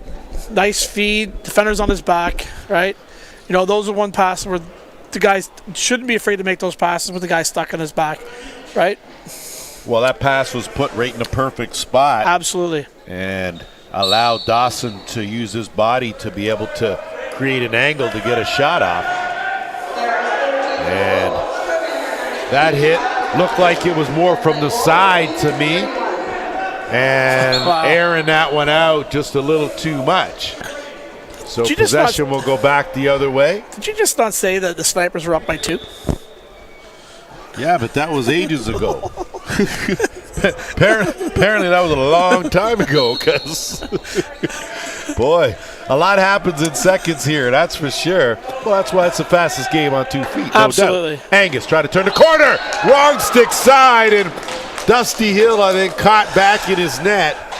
And not to take anything away from that shot, but you talk timing now. It's a 2-goal lead for Paris. I think Dusty just got stuck watching, right? even though he gets a little break around the outside, defender doesn't jump up, first off, and doesn't take away the lane and allows the guy to cut over top and have that free shot.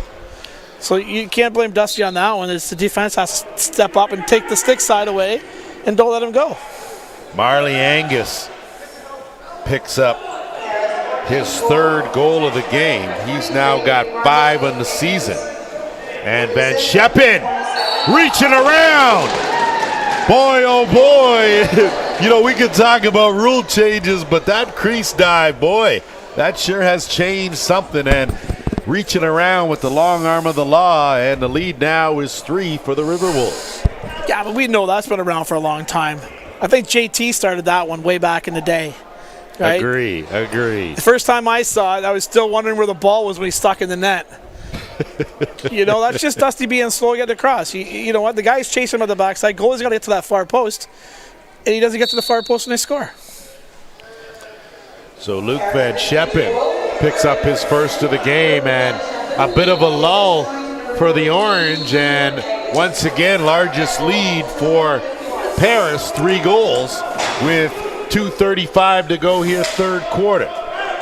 So this may be one of those last team with the last possession wins this one, but in the meantime, between time, Riverwolves working on O. Dawson, kick it back over. Angus looking for an opening, wrong stick side. Dusty will have none of it this time, and he'll look to move it up. Vern Hill, outlet pass, Mikey McLaughlin on the run, gave up on it, but I don't think he realized it was still not too far away. Could have turned and maybe tracked that down. Could be a little winded. Tail end of a shift. McMahon now bringing it back. Sniffing that top corner, goes all the way over. That's going to be a violation. Nothing doing there. Good speed racing down is Nolan Fear. And possession will go to the Snipers with 1:49 to go here, 3rd quarter. Trying to turn that corner. Fair. Got a good shot off, but Cosgrove cut down the angle and made a good pad save. Agus.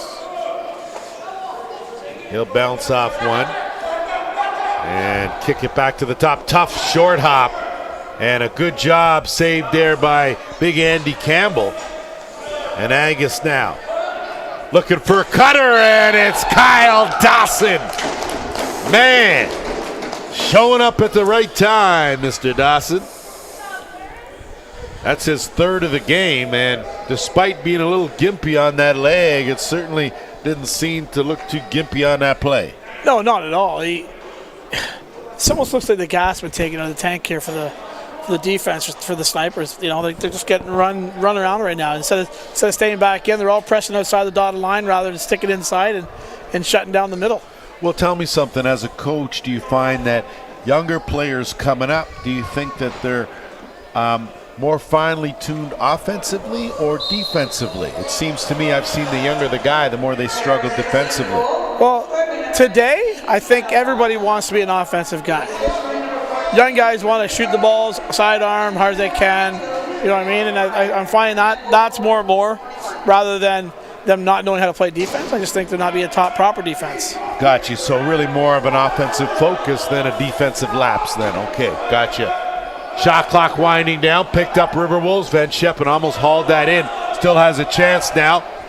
Gets it, and that's for sure going to cause something, as you can bet that McGregor Allen certainly not appreciated.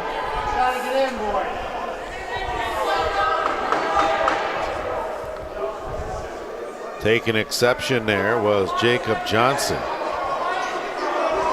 And Van Scheppen slow to get up. Fortunately, he's okay as he got up on his own power. And McGregor Allen's going to exit stage left. That's clear. The question will be, what does Jacob Johnson get coming to the aid of his teammate? With 47.9 seconds left, and you can see here. I think he should be getting the gate as well here on this one. Like, you know, the hit happened, yeah, for sure. Like, he's obviously the aggressor in this fight, right? The other guy it's clear McGregor didn't want to go. No, That's not at all, pretty right? Clear. And he didn't even drop a stick. He was just trying to defend himself. You know, he knew he hit the guy. You know, he knew it was a penalty. Like, he knew he was getting a penalty for sure. Just, you know. Yeah.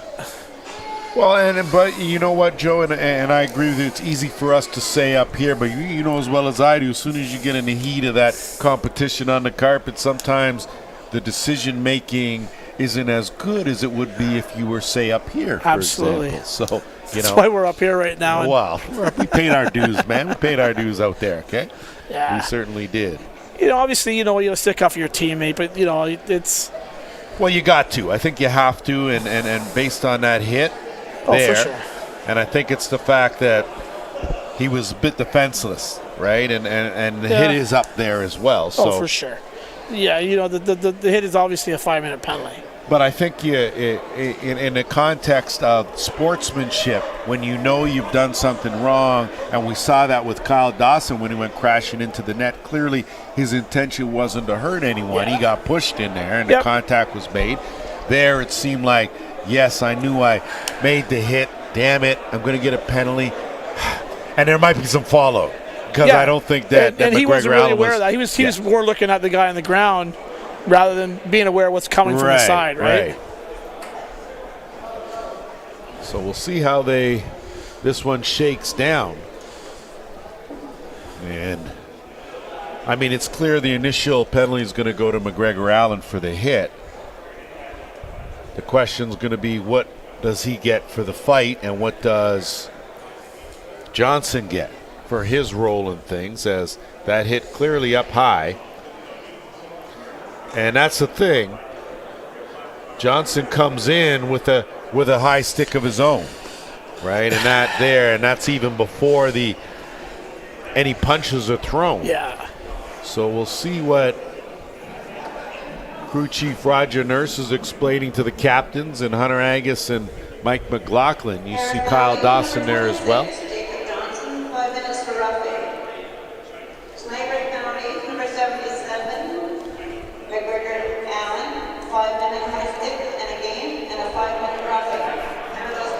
So there you have it, a 5 and a 5 in a game for McGregor Allen, 5 for Johnson. And that's a toughie with 47 seconds remaining here in the third, as that's going to carry over. And a chance here for Paris to potentially I hate to step out of bounds here, but the 5 for high stick, yes. 5 for fight roughing, absolutely not. Right? So you would disagree with the roughing, the extra 5? You go 5 and 5, if anything. Maybe give the guy an extra 2, but he tried to defend himself and didn't even fight. Right? How do you? Yeah, a little tough there. Now, at the same time, that we say not always easy for the officials, because they don't have the benefit of the replay or the angle that we have. They're down on the floor, and yes, they're a little closer, but from our vantage point, we have a better idea of the bigger picture. Right. So interesting to see, if, and again, all our officials review their games and are evaluated each week. So important now, as you can see Roger Nurse giving Darcy Palace an explanation as to why he's going to be short now for 5 minutes on a team that already has 3 power play goals already. So interesting there, but I don't think you're going to change the call no matter what. You can't change the call. Like, they've made the call on the floor, and it is what it is. Like, and once that happens, there's no going back. So here we go with 45 seconds to go. Dawson out there, Angus at the top, and big Andy Campbell down on that left shooter spot. They'll work it left side. Bring it back around, kill some clock here. Plenty of differential with 30 on the game clock. Just 10 on the shot clock. Going to work, dump it off. Sidearm, Dusty Hill. Feet moving. Well done on his part. Josh Rex not able to get a whole lot. Vern Hill now with under 20 to go in the quarter. Vern Hill puts on the Jets, gets bounced around by Agus. He'll pop it back out. And he'll look to kill the rest of this quarter here as time winds down, but they'll get a shot off. Saved by Cosgrove. And that's going to do it. 3 quarters in the books here at the ILA. 16-12 Riverwolves. We'll be back with the fourth after this.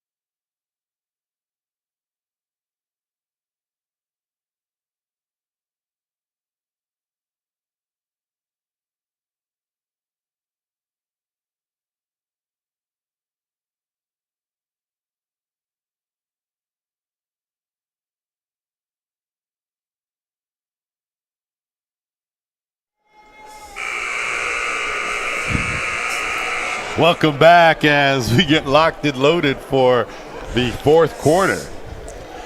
A 4-goal lead for the Riverwolves over the Snipers, and a continuing power play of 4-13 for Paris, as we see all the old guys coming rolling around at the ILA here. Good to see. But as you know, 4 goals, is that a safe lead?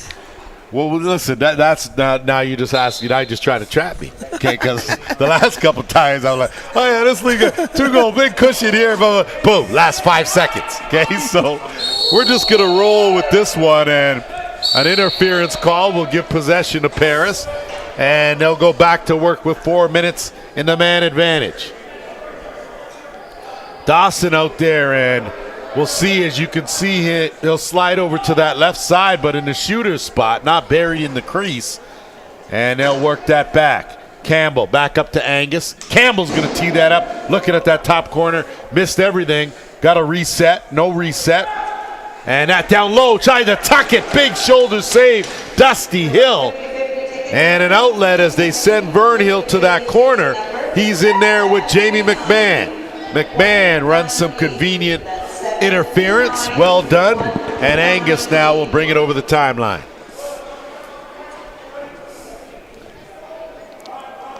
Good job to close out there, and by Sky, get it back, 15 on the shot clock. Angus surveying. Not a whole lot of movement in this power play for the Riverwolves. No look pass inside was Dawson. Couldn't catch it cleanly. Hill could. And the outlet now to the Snipers. Fair. He'll just pull it out, work some clock. 2:45 to go in the major penalty. And the Snipers are going to have to kill this and then work offensively, try to chip away at that 4-goal lead. Off the back door, read like a book though, and a good job was Nolan Clayton. And no surprise, Clayton making a good save, as he's used to spending some time between the pipes. Most of his time between the pipes. But always an enthusiastic player and great to have in the league. Angus from the top, send it over. Dawson cutting, quick shot, good save, Dusty Hill. And Chayton King will pick that up. And they'll move it up now. Numbers for the Snipers in transition. Bounce shot, finish!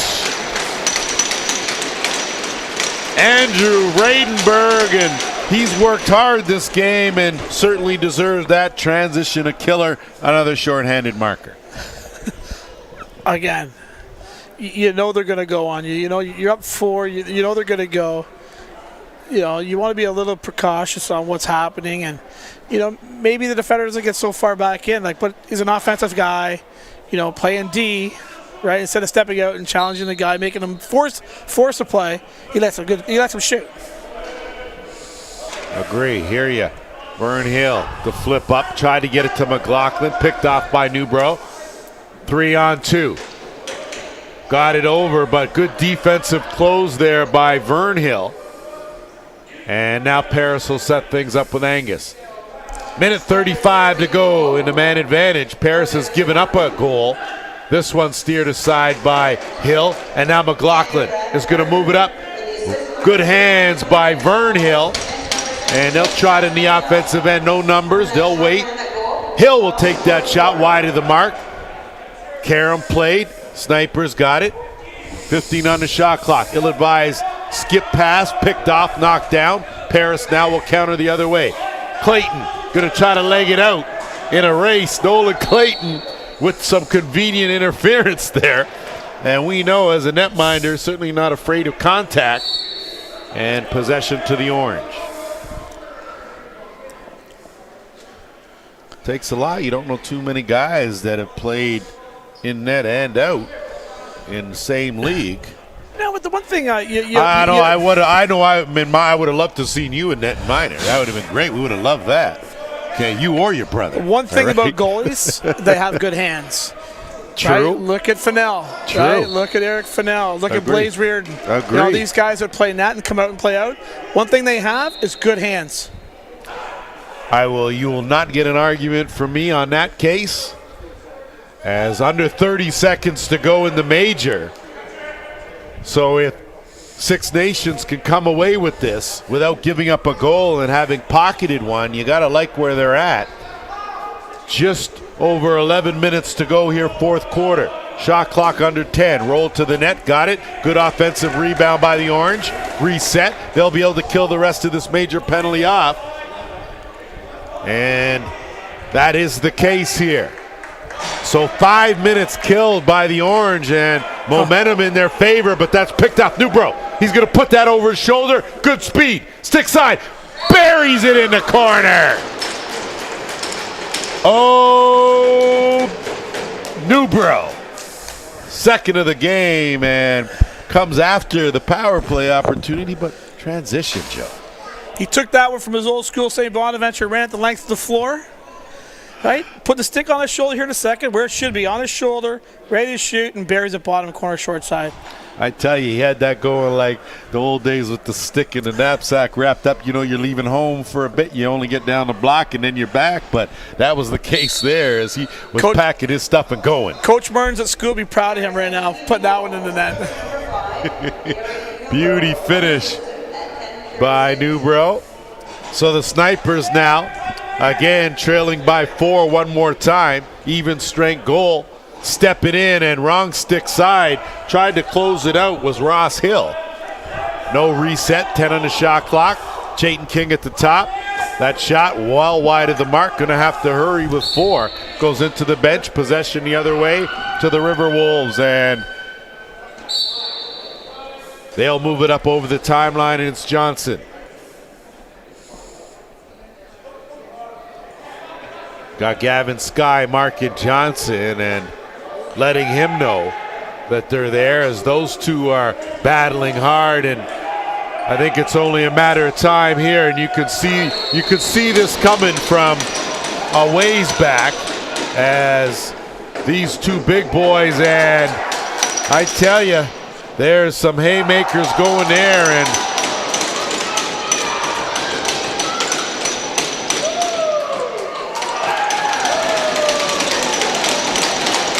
well, you know, in the Arena Lacrosse League, I tell you, we don't condone fighting. But I tell you, Gavin Skye had something to prove when he went out there and saw Johnson out there.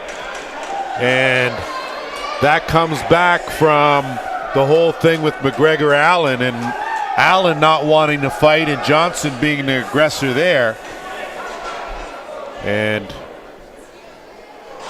Johnson, a tough customer in himself, took some heavy hits blows for sure. there. Yeah, absolutely. So I think the message is sent, and I'd imagine that would be the end of the day for Gavin Skye, as he's in that hallway getting looked after, and may spell the end for Johnson as well, as he's going to make his way to the change room. So I think it's warranted. Both will exit stage left. Both will get in their civvies and hopefully have a pleasant ride home. Absolutely. You know what? As much as you don't want to see it, sometimes it happens, right? And, well, I think that's what our discussion is when this league was being developed in the inception. The question was, did you want to play old school lacrosse where you settle it that way, or did you want to do it the fighting? And as far as the brass is concerned, we know that the stage fighting is what you want to eliminate. When guys are at center and they're able to take everything off and go at it. You're going to get some times in the heat of the game where guys are just going to get mad, a whack here, whack there, and they're just going to drop them and go. So those are the times when, that's the flow of the game. I think the league just isn't for the stage stuff. No, absolutely. That's all. No, we're well beyond that. I think in any league, right? You know what I mean? It's Agree. So 9:46 to go. 17-13 Paris leading. And I two players in the box. Neither of them were involved in the melee, but those coincidentals will wash each other out. And we'll play 5-on-5 here. And the snipers screen and roll, and they had to roll wide open, but unfortunately Lyle Hill not able to, but potentially a gift right back, and they do get it back. So quick turnover on the fly, and a good save made by Cosgrove. He had to be set on that one. That was a quick turnover, and they came back, and it was a nice feed, and it was a very good shot, just a nice save by Cosgrove. Angus puts on the brakes. He'll dipsy doodle down around that left side. Curl around the top, get a screen from Eddie Renault. Nothing doing there, dump it back. And still has it. Wrong stick side, gonna be awfully tough to beat Dusty Hill from there. Can't, ball loose. Good job by the Orange to get it out. They'll move it up over the timeline. 8:45 to go. Sniffing that far corner, Chayton King, and everything that Chayton King has released has found the mark, with the exception of that. 4 goals here in this game today. And Campbell now. He'll get it down, they'll work it.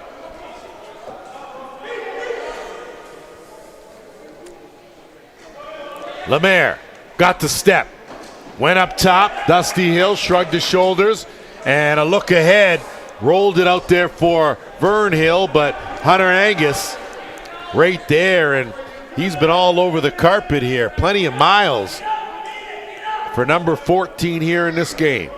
Renault will swing it around to the right side. He'll get over to the left. Angus with a screen. Duck in. Looking for it back. Campbell one-handed shovel to Angus in the slot. And a good chance. Renault. Double team. Splits the 2. Kicks it back out. And it's Campbell. Campbell fakes the hard shot. Leans in. And Dusty Hill on a good overhand by Campbell. And now Vern Hill. Sneaky bounce pass on the run. Good save by Cosgrove. And Paris now is going to counter the other way. Dawson Brown, he'll put on the brakes. Now you got a 4-goal lead, Joe. If you're Paris, when do you start milking that clock? 7 minutes to go here. And I know you can't play keep away, and that's a beauty finish there from Marley Angus, his 4th of the game. Do you keep attacking, or do you pull it out and let time be your friend? A little bit of both, right? You need to take some time off the clock every time you have the ball, but you can't not attack. So, you got to push the ball. If you got a transition, you got to push the ball. Odd man situation, you're going to the goal. A 5-on-5, you're going to swing the ball, move the ball, get your best opportunity, hopefully get a rebound, kill some more time, right? But to sit back and move the ball around and not attack, sometimes we know what happens when you play keep away. Yeah. All right? Yep. Never seen a good result in the keep away philosophy. So a draw there, and I think that's going to take us to our final officials timeout. We'll be back. You're watching the Arena Lacrosse League. Don't go anywhere.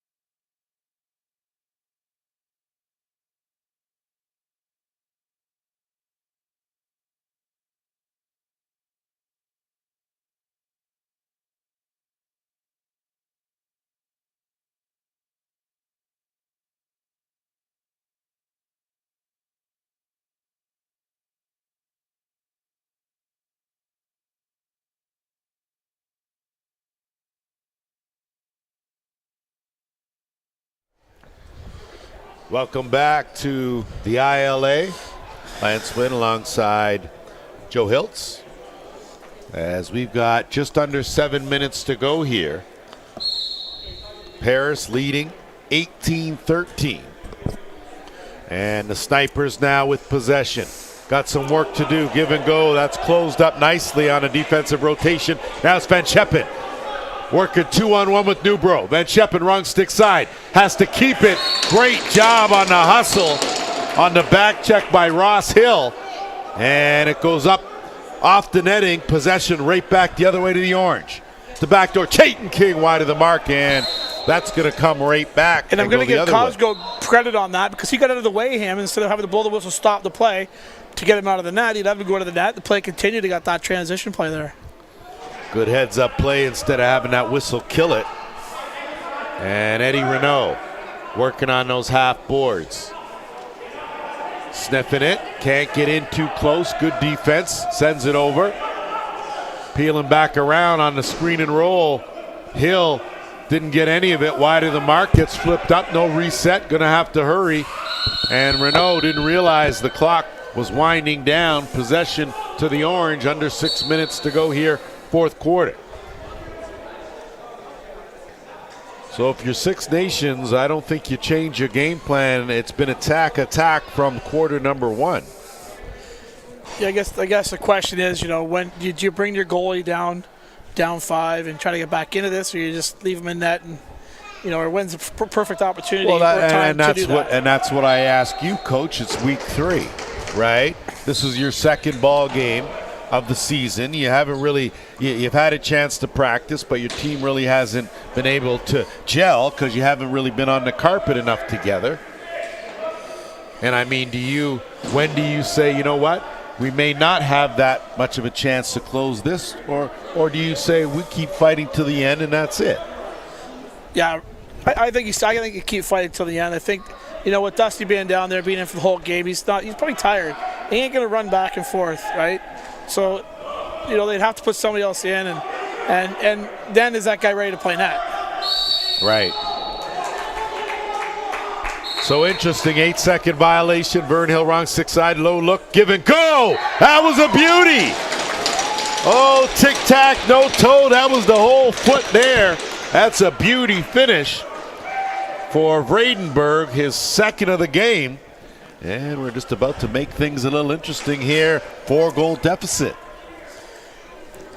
Yeah, you know what? It all came down to that turnover at the center line with the 8-second count, and Duber's over there reacting right now, thinking it wasn't 8 seconds, but you know what? The clock went, turn around. You got to get back and play D, right? And Paris just got caught checking up the floor. Sometimes you got to save your tears for another day and quit your crying and get back and play some defense, and that might have been the case there. Perfectly said.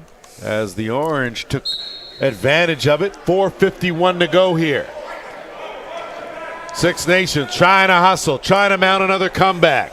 Paris trying to go the other direction and seal this one and pick up their first win of the season. Both these two teams, of course, Paris 0-2, Snipers 0-1. So the defending champs also looking for their first win of the season. Paris, of course, losers on Friday night to Brampton. 14-9 the final there. This the last game of week 3. A quick shot there. This time Dusty Hill was ready for it. And as we roll into the 4-minute mark. Good burst of speed. Quick overhand, well wide.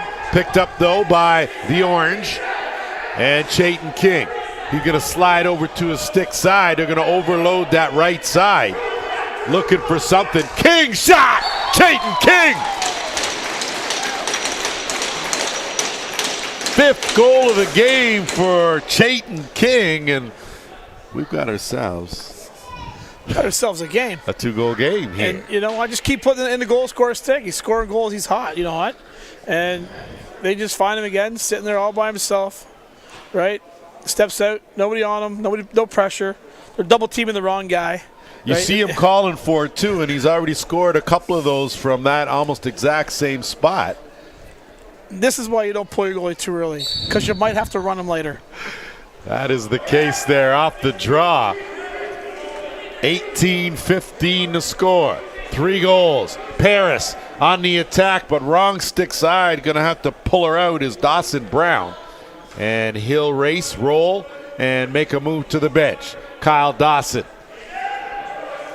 He'll get it down. Angus trying to lean in, use his size, gets a shot off. Hunter Angus, he's been outstanding today.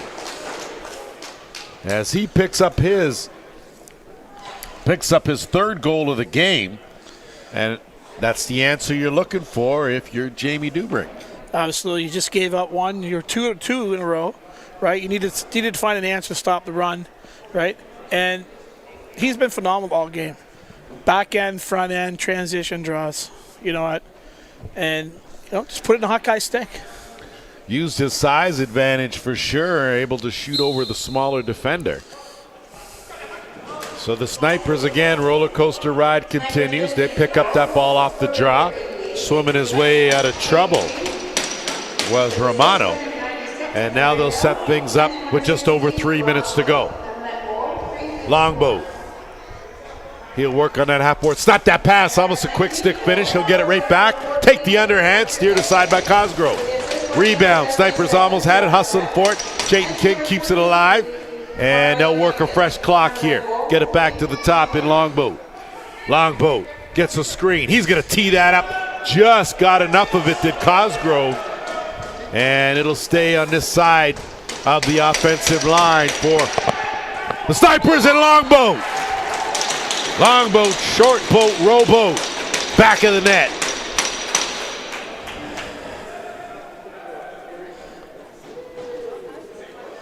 It's almost like Paris is sitting back. Second of the game, sorry. It's almost like Paris is sitting back, right? They're sitting back and trying to defend the dotted line, right? You know what I mean? We're out, but we're in. Like, we're in, and we're not out on the shooter. We're not taking a shot away. We're not getting in the shooting lane. it's almost like they're content to sit back and hopefully Cosgroves makes them long saves. Well, now, is that part of your scouting report, Coach, or is it something that you do in game? Are you letting guys know, hey, this guy's already got 4, racing a chance over the net? McLaughlin shot, picks the bottom corner. No goal on the play as creased the call, and boy, things were about to get hectic in here there if McLaughlin had been able to count that goal. And when I say that to you, Joe, meaning once a guy scored 4 goals from that same spot out there, when do you come out and challenge him just a bit more? Well, first off, you can't let guys sit and shoot on challenge any time of the game, right? You always got to be out in stick lane, forcing him down the alley, right, down the lane, so he's not getting those free shots. 8-second count. First time the Snipers have been called for that. And not to take anything away from that big save from Dusty Hill, if Six Nations is able to come back, it'll be that save by Hill that made the difference. Minute 35 to go here in the 4th. Paris going to spread the floor, work some clock. So a minute and a half, I think now is a good time to maybe work some clock. And there's no way, we know it's NFL Sunday, but there's no screen like that allowed. And here come the Orange. Vern Hill, wrong stick side, back door. Underhand wide of the mark, up and out of play. And it's almost like the Snipers are allowing their 5-on-5 to do the work for them. They're not interested in going 6-on-5, obviously. They haven't pulled Dusty yet. So, they're hoping that their 5-on-5 game is going to get them back in here. That's a long run, too, right? A long run for Dusty. Absolutely. And Angus, he'll peel back out. We're into the final minute here, 4th quarter. Angus looking for a flip in trouble, 10 on the shot clock, and he loses it. And now on the move, here comes Travis Stats. Needs some offense, out of the board, second man. Good save as it went off the post, saved by Cosgrove. Jamie McMahon and Hunter Angus used every inch to stretch and get that one. 30 seconds left here. Angus will swing it over. And surprising, taking a shot, but a 3-goal advantage. The difference here as battling for it in there, and Paris will come away with it with 15 to go.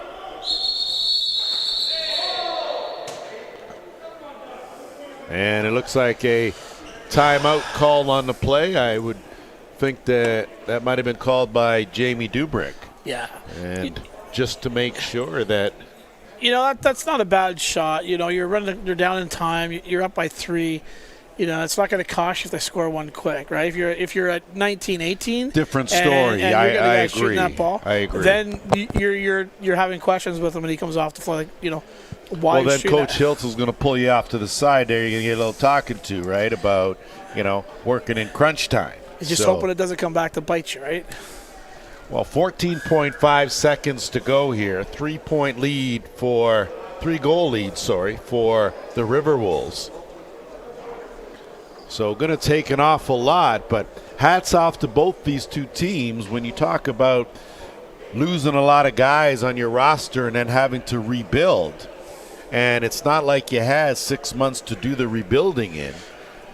A little challenge for the coaches. And, your situation just a little different because you've got a bit of a nucleus still there in your team, but you still had some additions come in, and you still have to create the right balance as far as chemistry goes to make we got 9 rookies on our lineup, and you know what? So there's still that getting to know each other.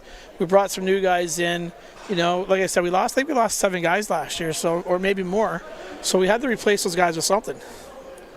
Something it is, as the Paris Riverwolves are going to pick up their first win of the season. 19-16 the final. The Six Nations Snipers are going to fall to 0-2. And that's going to put the wraps on week 3. Joe, before we wrap it up, just some quick thoughts about the game. Game was quick. It was fast. You know what? Now you go back to the dressing room. You talk to your teams, and you talk about 2 stars and a wish, right? Things you did right. 2 things you did right. 1 thing you need to work on, right? As a team, it's you go into the dressing room now. It's like, okay, snipers are going, hey, we need to, work on this, this, and this, right? Jamie's happy right now. He's going to the dressing room saying, guys, that's a great win after Friday night. I'll see you next weekend. And with that said, that will put the wraps on week 3 of the Arena Lacrosse League. I want to thank you for joining us here at the ILA, joining us all weekend. On behalf of the Arena Lacrosse League, my partner Joe Hiltz, our production staff, thank you. I'm Lance Wynn. We will see you next time.